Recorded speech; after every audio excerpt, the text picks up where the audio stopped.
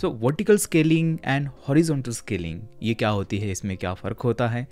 अगर आप कोई खुद प्रोडक्ट बिल्ड कर रहे हो और आपके प्रोडक्ट के ऊपर बहुत सारे यूज़र्स आ जाते हैं, तो आपको ये दो चीज़ों की जानकारी होनी चाहिए, नहीं तो आप आपके एप्लीकेशन को स्केल नहीं कर पाओगे।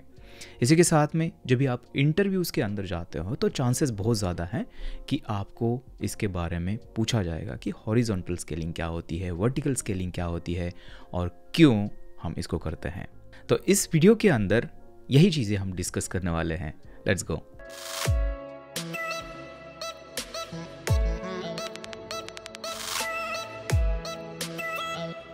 हेलो दोस्तों, मेरा नाम है राकेश और आपका बहुत बहुत स्वागत है कोडर्स ज्ञान चैनल के ऊपर।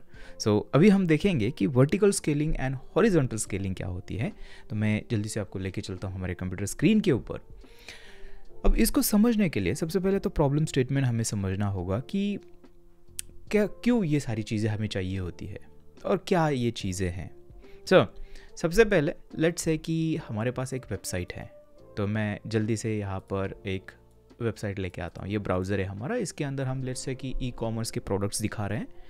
ये वेबसाइट है और ये वेबसाइट चलने के लिए हमारे पास एक सर्वर होना चाहिए, राइट। एक सर्वर लेके आते हैं। लेट्स से कि ये हमारा सर्वर है और ये सर्वर यहाँ पर रख देते हैं और यहाँ से क्या करते हैं, ये प्रोडक्ट्स जो होते हैं उसको गेट करने के लिए बेसिकली हम सर्वर से हमारे ब्राउज़र से एक रिक्वेस्ट करते हैं, राइट, रिक्वेस्ट करते हैं। एंड देन सर्वर क्या करता है, यहाँ पे जो भी रिक्वेस्ट आई है लेट्स से प्रोडक्ट की लिस्ट गेट करने के लिए, तो डेटाबेस के अंदर से वो गेट करता है। तो उसके पास डेटाबेस होता है, तो डेटाबेस भी लेके आते हैं एंड लेट्स से कि यहाँ पर ये डेटाबेस है। अब यहाँ पर क्या होगा, जैसे ही डेटा मिलेगा डेटाबेस से, सर्वर वो जो डेटा है वापस सेंड करेगा हमारे ब्राउज़र को। तो इसको हम बोलते हैं रिस्पॉन्स, रिक्वेस्ट रिस्पॉन्स। जो क्लासिक आर्किटेक्चर होता है रिक्वेस्ट रिस्पॉन्स, ये कुछ इस तरह से काम करता है। जो भी आप साइट्स देखते हो और उसके ऊपर जो भी डेटा आता है वो कुछ इसी तरीके से आता है। ब्राउज़र से रिक्वेस्ट सेंड होती है सर्वर के ऊपर, सर्वर डेटाबेस के अंदर जाके डेटा चेक करता है एंड देन रिस्पॉन्स के अंदर सेंड करता है। ओके, अब यहाँ पे सब कुछ सही चल रहा है, बट लेट्स से कि ये जो सर्वर है, हर एक सर्वर का लिमिट होता है, राइट। आप कभी भी AWS के ऊपर जाते हो, सर्वर्स लेते हो, तो आपको वहाँ पे दिखेगा कि 2 कोर CPU वाला सर्वर हो सकता है और उसके अंदर लेट्स से 8 GB रैम हो सकती है। ऐसा एक नंबर होता है सर्वर का, राइट। जितना ज़्यादा कैपेसिटी का सर्वर आप लोगे उतना ज़्यादा महंगा ये होता है। लेट्स से कि हमने एक 2 CPU और 8 GB वाला यहाँ पर सर्वर लिया है, जो कि अप्रॉक्सीमेटली लेके चलते हैं 5000 रिक्वेस्ट जो है ये हैंडल कर रहा है पर मिनट। लेट्स से पर मिनट है ये, पर मिनट, ओके, इतनी रिक्वेस्ट ये हैंडल। ये एक रफ नंबर है, ठीक है। ऐसा कोई एक फिक्स नंबर नहीं होता है कि इसके अंदर इतनी रिक्वेस्ट हैंडल हो जाएगी, क्योंकि ये सारा डिपेंड होता है कि आप रिक्वेस्ट के अंदर कर क्या रहे हो, क्या प्रोसेसिंग कर रहे हो, उसके ऊपर डिपेंड होता है कि कितनी रिक्वेस्ट हैंडल होगी, राइट। अभी के लिए समझ लेते हैं कि 5000 रिक्वेस्ट जो है वो पर मिनट हम हैंडल कर रहे हैं इस सर्वर के ऊपर। अब देखिए 5000 रिक्वेस्ट है और अभी के लिए ऐसे समझ लेते हैं कि ये जो वेबसाइट है 5000 लोगों ने ही ओपन की है, 5000 पीपल। अब देखिए 5000 पीपल है, 5000 रिक्वेस्ट है, इसका मतलब हर एक जो पर्सन है ये एक रिक्वेस्ट कर रहा है। रियल वर्ल्ड में ये ज़्यादा होता है। अगर कोई भी वेबसाइट आप ओपन करते हो, फॉर एग्जांपल यूट्यूब का जहाँ पे आप वीडियो देख रहे हो, इसको अगर ओपन करते हैं तो इसके नेटवर्क टैब के अंदर अगर जाके देखोगे आप, तो वहाँ पे आपको एक ही साथ में 100-200 रिक्वेस्ट दिखेगी। तो ये सच नहीं है कि एक यूज़र एक ही रिक्वेस्ट करेगा, हो सकता है वो 10, 20, 25, 100 रिक्वेस्ट तक भी कर लेता है। डिपेंड करता है आपके पेज के ऊपर क्या क्या डेटा लोड हो रहा है। लेकिन अभी के लिए सिंपल रखने के लिए इसको हम लेके चल रहे हैं कि 5000 लोग आए साइट के ऊपर और ये 5000 रिक्वेस्ट कर रहे हैं, ओके। अब यहाँ पर क्या हो जाएगा, जैसे ही आपका एप्लीकेशन, ये ई कॉमर्स एप्लीकेशन है, लेट्स से कि फेस्टिवल आया और फेस्टिवल के अंदर कुछ ऑफर्स आपने ईमेल्स के थ्रू भेजी है, तो वो सारे जो कस्टमर्स है वो सारे वेबसाइट के ऊपर आ जाएंगे। लेट्स से कि और हमारे पास और 3000 कस्टमर्स आ गए, 8000 पीपल यहाँ पर अभी हो गए। 8000 लोगों ने एक ही साथ में ये वेबसाइट ओपन की। अब क्या होगा, सोचिए थोड़ा सा। अब ये हमारा सर्वर है, इसके अंदर हम इतना ही हैंडल कर सकते हैं, इतनी ही कैपेसिटी है। सर्वर क्या हो जाएगा, क्रैश हो जाएगा। इतनी सारी 8000 रिक्वेस्ट तो ये हैंडल नहीं कर सकता है। तो सॉल्यूशन क्या है, सोचिए थोड़ा सा। क्या हम कर सकते हैं जिससे ये 8000 लोगों की रिक्वेस्ट हम हैंडल कर सकें? एक तरीका तो ये है कि हम 2 CPU जो वाला सर्वर था ना, उसको हमने बढ़ा दिया। अभी हमने उसको कर दिया 4 CPU और रैम जो है उसको कर दिया 16 GB। अब क्या हो जाएगा, इसको बढ़ा दिया, इसका मतलब ये अभी हैंडल कर पाएगा 10,000 रिक्वेस्ट पर मिनट। साइज़ बढ़ा दी हमने उसी सर्वर की, राइट, अपग्रेड कर दिया बेसिकली। तो अभी 8000 पीपल की जो रिक्वेस्ट है ये हैंडल कर पाएगा, क्योंकि इसका लिमिट है, कैपेसिटी जो है वो 10,000 रिक्वेस्ट पर मिनट की है। ओके, अब देखिए, अब यहाँ पर आपने एक चीज़ देखी होगी कि सर्वर की साइज़ हम बड़ी कर रहे हैं यहाँ पर।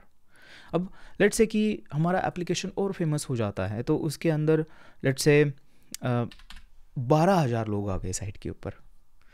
अब ये 10,000 कम पड़ने लग जाएंगे।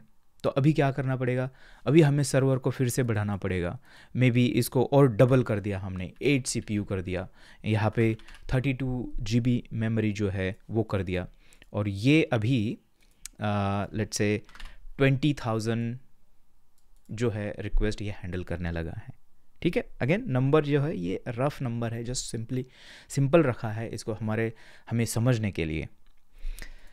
तो अभी क्या हो जाएगा, ये जो लोड है ये तो हैंडल हो जाएगा, लेकिन अगर फिर से यहाँ पे बढ़ जाते हैं लोग, लेट्स से कि 25,000 लोग हो गए साइट के ऊपर, राइट, तो यहाँ पे क्या हो जाएगा, अगेन यहाँ पे प्रॉब्लम हो जाएगा, ये सर्वर हैंडल नहीं कर पाएगा।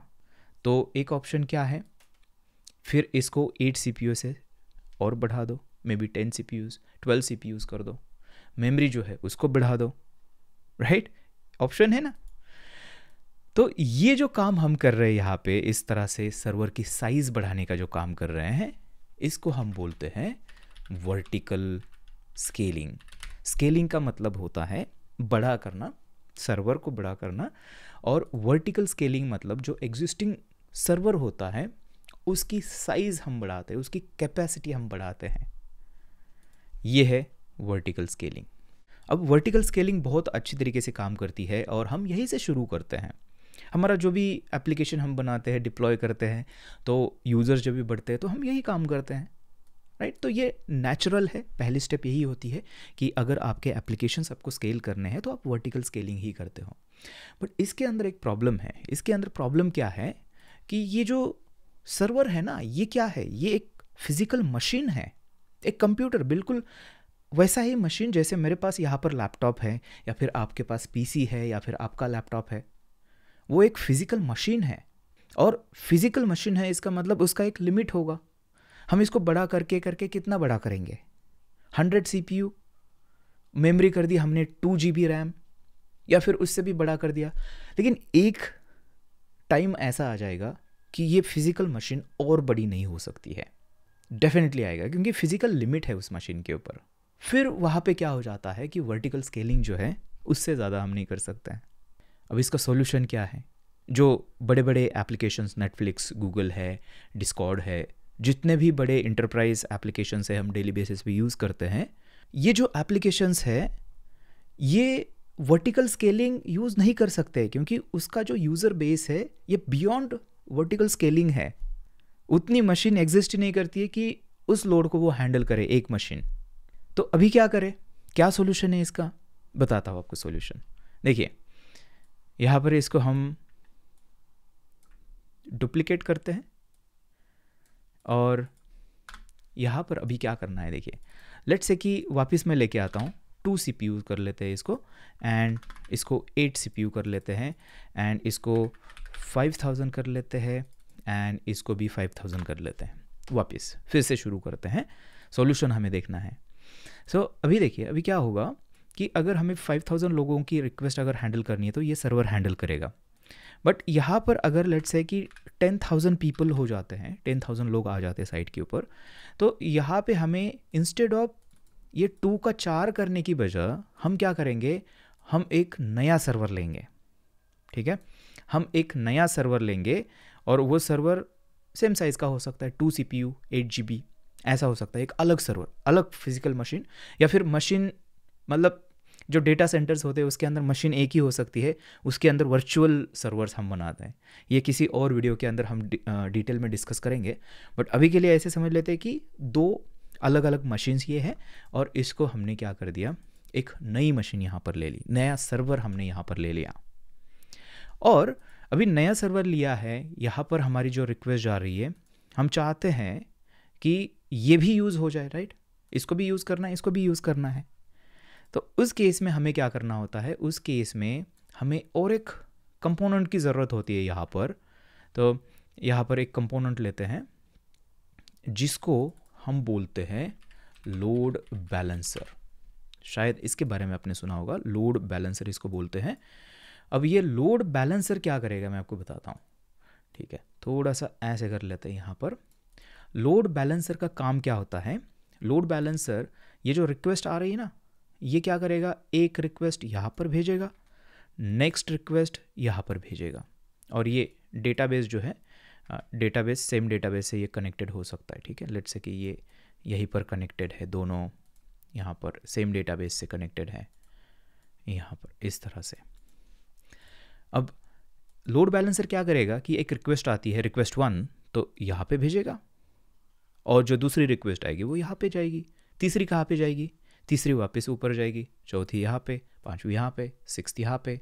इसको हम बोलते हैं लोड बैलेंसिंग। और एक इधर एक उधर एक इधर, इसको हम बोलते हैं राउंड रॉबिन। राउंड रॉबिन ये लोड बैलेंसिंग का एल्गोरिथम है। लोड बैलेंसिंग करने के अलग अलग टाइप्स होते हैं या फिर अलग अलग एल्गोरिथम्स होते हैं। तो उसमें से सबसे सिंपल जो है वो है राउंड रॉबिन, कि एक रिक्वेस्ट हम यहाँ भेजेंगे, एक यहाँ, एक यहाँ, एक यहाँ। इस तरह से लोड को हम इक्वली डिस्ट्रीब्यूट कर रहे हैं। अब कितने ये जो सर्वर्स है कितनी रिक्वेस्ट हैंडल कर पाएंगे। देखिए, एक तो हमारा 5000 कर रहा है और ये भी सेम है, इसका मतलब ये भी 5000 हैंडल कर रहा है। हमारे पास 10,000 का लोड है, इसका मतलब अभी लोड हमारा यहाँ पे हैंडल हो जाएगा डेफिनेटली, कोई प्रॉब्लम नहीं है, राइट। अब लेट्स से कि यहाँ पे 15,000 हो जाता है या फिर 12,000 हो जाता है, 12 थोड़ा कम नंबर लेते पहले। अब क्या होगा, अब ये दोनों मिला के 10,000 ही हैंडल कर सकते हैं। अभी हमें स्केल करने की ज़रूरत पड़ेगी। अगेन हम सर्वर की साइज़ नहीं बढ़ाएंगे, हम क्या करेंगे, सर्वर का नंबर बढ़ाएंगे।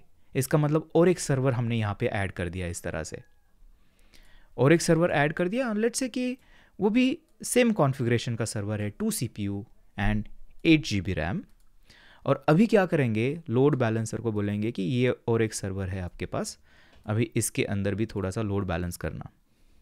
इसका मतलब क्या हुआ, अब एक रिक्वेस्ट यहाँ जाएगी, दूसरी यहाँ, तीसरी यहाँ, चौथी यहाँ, पांचवी यहाँ, सिक्स्थ यहाँ। अब जो सारी रिक्वेस्ट थी वो 3 सर्वर्स के बीच में डिस्ट्रीब्यूट हो रही इक्वली। इसका मतलब ये टोटल 15,000 रिक्वेस्ट ये हैंडल कर पाएगा। अभी यहाँ पे हमें 12,000 ही चाहिए। और इसी तरह से हम जैसे ही हमें और स्केलिंग की ज़रूरत पड़ती है, हम और सर्वर्स ऐड करते जाते हैं, नए सर्वर्स। एक मशीन को ही हम स्केल नहीं करते हैं, जैसे वर्टिकल स्केलिंग के अंदर देखा था। यहाँ पे मल्टीपल सर्वर्स हम ऐड करते जाते हैं। और इससे क्या हो जाता है, इससे हम अनलिमिटेड मशीन्स ऐड कर सकते हैं इसके अंदर, हमारे इस सिस्टम के अंदर। क्योंकि ये छोटी मशीन्स है, अगर आपका ट्रैफिक बढ़ रहा है तो और एक सर्वर ले लो, और एक सर्वर ले लो। इस तरह से कितने भी सर्वर आपको चाहिए, बस आप लगा दो और लोड बैलेंसर को बताना है आपको बस, राइट। ये जो काम यहाँ पर हुआ है इसको हम बोलते हैं हॉरिजॉन्टल स्केलिंग। ये है हॉरिजॉन्टल स्केलिंग। तो जो बड़े एप्लीकेशंस होते हैं जैसे कि नेटफ्लिक्स, गूगल, जितने भी बड़े एप्लीकेशन जिनके मिलियंस ऑफ यूज़र्स हैं, वो एक्चुअली ये वाली स्केलिंग कर रहे होते हैं, हॉरिजॉन्टल स्केलिंग। अब यहाँ पे मैंने आपको सर्वर की स्केलिंग दिखाई है, सर्वर के अंदर और एक चीज़ होती है जो कि है डेटाबेस, और डेटाबेस एक बहुत ही इंपॉर्टेंट पार्ट होता है। सिर्फ यही स्केलिंग करके काम नहीं होगा, क्योंकि देखिए यहाँ पर स्केलिंग हम कर रहे हैं लेकिन डेटाबेस भी किसी एक सर्वर के ऊपर है ना, ये भी तो एक सर्वर है, तो यहाँ पे इसकी भी लिमिट होगी, ये भी कुछ लिमिट तक ही रिक्वेस्ट हैंडल करेगा, राइट। सो उसके लिए डेटाबेस को भी हम हॉरिजॉन्टली स्केल कर सकते हैं। पहले वर्टिकली स्केल करेंगे, डेटाबेस की साइज़ बढ़ाते जाएंगे डेटाबेस सर्वर की, और अगर हमें लग रहा है कि लिमिट आ चुका है फिर हम हॉरिजॉन्टल पे शिफ्ट करेंगे उसको। तो डेटाबेस को भी हम इसी तरह से हॉरिजॉन्टली स्केल कर सकते हैं। उसके लिए हम यूज़ करते हैं शार्डिंग और पार्टीशनिंग। वो शायद हम किसी और वीडियो के अंदर डिस्कस करेंगे क्योंकि वो अपने आप में एक बहुत बड़ा टॉपिक है। बट आज के वीडियो के अंदर से आपको इतना ही याद रखना है कि हमारे पास स्केल करने के दो तरीके हैं। एक है वर्टिकल स्केलिंग, मतलब सर्वर की साइज़ हम बढ़ाते जाते हैं, लेकिन इसमें लिमिट आ जाता है, फिजिकल लिमिट आ जाता है, एक साइज़ के बाद सर्वर और नहीं बड़ा हो सकता है।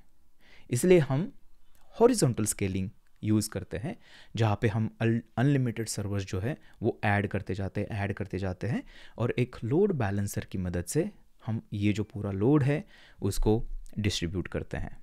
अब ये हॉरिजॉन्टल स्केलिंग बहुत बढ़िया है, लेकिन इसको करते ही थोड़ी सी कॉम्प्लेक्सिटी बढ़ जाती है। फॉर एग्जांपल अगर हमें ऑथेंटिकेशन करना है, यूज़र को लॉगिन रजिस्टर वगैरह करना है, तो चीज़ें थोड़ी सी कॉम्प्लेक्स हो जाती हैं।